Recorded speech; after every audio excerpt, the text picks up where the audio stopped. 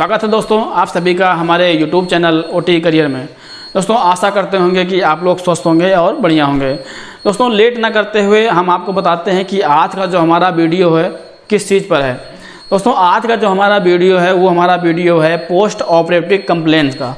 Post operative complaints क्या है, ये चीज़ क्या है, सर्जरी के बाद में पेशेंट को क्या क्या दिक्कत हो सकती है या जो कॉमन चीज़ें क्या क्या होती हैं अक्सर, उसके बारे में आज हम बात करेंगे कि सर्जरी के बाद पेशेंट को क्या क्या दिक्कत होती है, जिसको हम कहते हैं पोस्ट ऑपरेटिव कंप्लेंट्स, जो कि बहुत ही कॉमन होती हैं। सिर्फ कॉमन के बारे में हम बात करेंगे कि अगर सर्जरी हो गई है तो पेशेंट क्या क्या कंप्लेन कर सकता है और उसको किस तरीके से ठीक किया जा सकता है, उसके बारे में हम बात करेंगे। सबसे पहले हम बात करते हैं, यदि किसी पेशेंट की सर्जरी हो गई है और वो अपने वार्ड में शिफ्ट हो गया है, ठीक है, उसके बाद में वो कौन सी कंप्लेन करेगा आपसे। सबसे पहले वो कंप्लेन कर सकता है कि उसको पेन हो रहा है, सर्जिकल साइट पे पेन हो रहा है या फिर और कहीं जगह पे पेन हो रहा है। तो सबसे पहला जो आपको कंप्लेंट्स देखने को मिलता है वो पेन का मिलता है, क्योंकि जब चाहे वो जीए का असर ख़त्म होता है जनरल एनेस्थीसिया का, या फिर स्पाइनल में केस हुआ है तो स्पाइनल एनेस्थीसिया का जब असर ख़त्म होता है धीरे धीरे, तो पेशेंट को पेन होने लगता है, जिससे वो कंप्लेन करता है कि हमको पेन हो रहा है।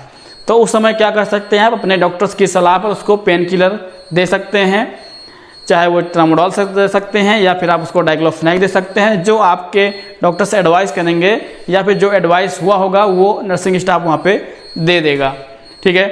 दूसरा जो कंप्लेन होता है, दूसरा कंप्लेन क्या हो सकता है कि वो कहे कि हमें वोमिटिंग फील हो रही है, क्योंकि सर्जरी के बाद कई चीज़ें हैं जो एब्डोमेन में चेंज हो जाता है, जिससे पेशेंट को वोमिटिंग और नोजिया वोमिटिंग फील होने लगता है। वो आपको कंप्लेन कर सकता है और उसी के साथ में पेशेंट कंप्लेन कर सकता है कि हमें बहुत ज़्यादा हेडेक हो रहा है। तो कभी कभी क्या होता है, स्पाइनल की वजह से भी पेशेंट को हेडेक होता है, ठीक है। तो वो अगर वो पेशेंट कंप्लेन कर रहा है कि हमें वोमिटिंग लग रही है, तो आप उसको एंटी वोमिटिंग मेडिसिन देंगे, जैसे कि ऑन्डेम हो गया या फिर पेरिनाम हो गया, कुछ इस तरीके की चीज़ें उसको आप देंगे डॉक्टर्स की सलाह पर, और डॉक्टर्स वहाँ पे एडवाइस किया होगा पहले से, ठीक है। उसके बाद क्या हो सकता है, तीसरी कंप्लेन की बात करें तो हाँ क्या हो सकता है, वो कहेगा कि हमारे पेट में दर्द हो रही है या फिर पेट में आपके क्या है गैस बन रही है। गैस की ज़्यादा कंप्लेन करेगा कि हमारे पेट में क्या है गैस बन रही है, जिसकी वजह से पेन भी हो रहा है।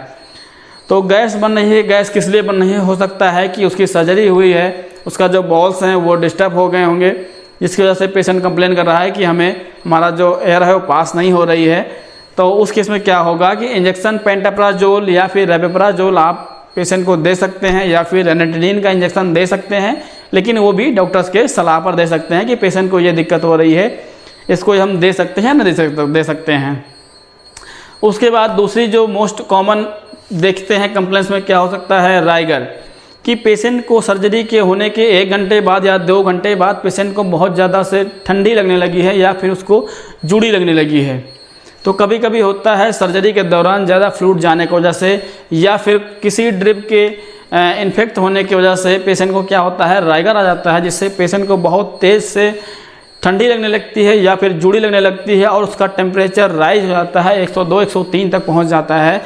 उस केस को हम क्या कहते हैं, पेशेंट को राइगर आ गया है या फिर ड्रिप राइगर आ गया है। उस केस में आप तुरंत डॉक्टर्स की सलाह लेंगे और ज़्यादा से ज़्यादा उसको कंबल या ढकने की कोशिश करेंगे, और डॉक्टर्स की सलाह पर उसको इंजेक्शन एबिल्डेक्सा या फिर डेक्सामेथासोन का इंजेक्शन दोनों दे सकते हैं, लेकिन डॉक्टर्स की सलाह पर आप दे सकते हैं। तो जो आपका डॉक्टर्स एडवाइस करेगा वो आप दे सकते हैं। और उसके बाद में आप देखेंगे जो पेशेंट कंप्लेन करता है कॉमनली वो क्या कर सकता है, वो हम बात करते हैं। उसके आगे क्या कहेंगे देखेंगे कि और अगर आप देखना चाहते हैं कि पेशेंट को क्या क्या कंप्लेन हो रही है, आप देख सकते हैं कि पेशेंट को क्या है, उसका ड्राइनेस हो रहा है, उसका मुंह सूख रहा है, पेशेंट कंप्लेन करेगा कि हमारा मुंह सूख रहा है। तो कभी कभी वो मेडिसिन की वजह से जनरल सर्जरी हुई है या फिर जीए में सर्जरी हुई है तो पेशेंट का मुंह सूखने लगता है। तो उस केस में भी पेशेंट क्या कहेगा कि मेरा मुंह सूख रहा है, तो उसको आप ड्रिप बढ़ा सकते हैं या ऐसा कुछ इंतजाम कर सकते हैं जिससे कि उसको मुँह सूखना उसका बंद हो जाए।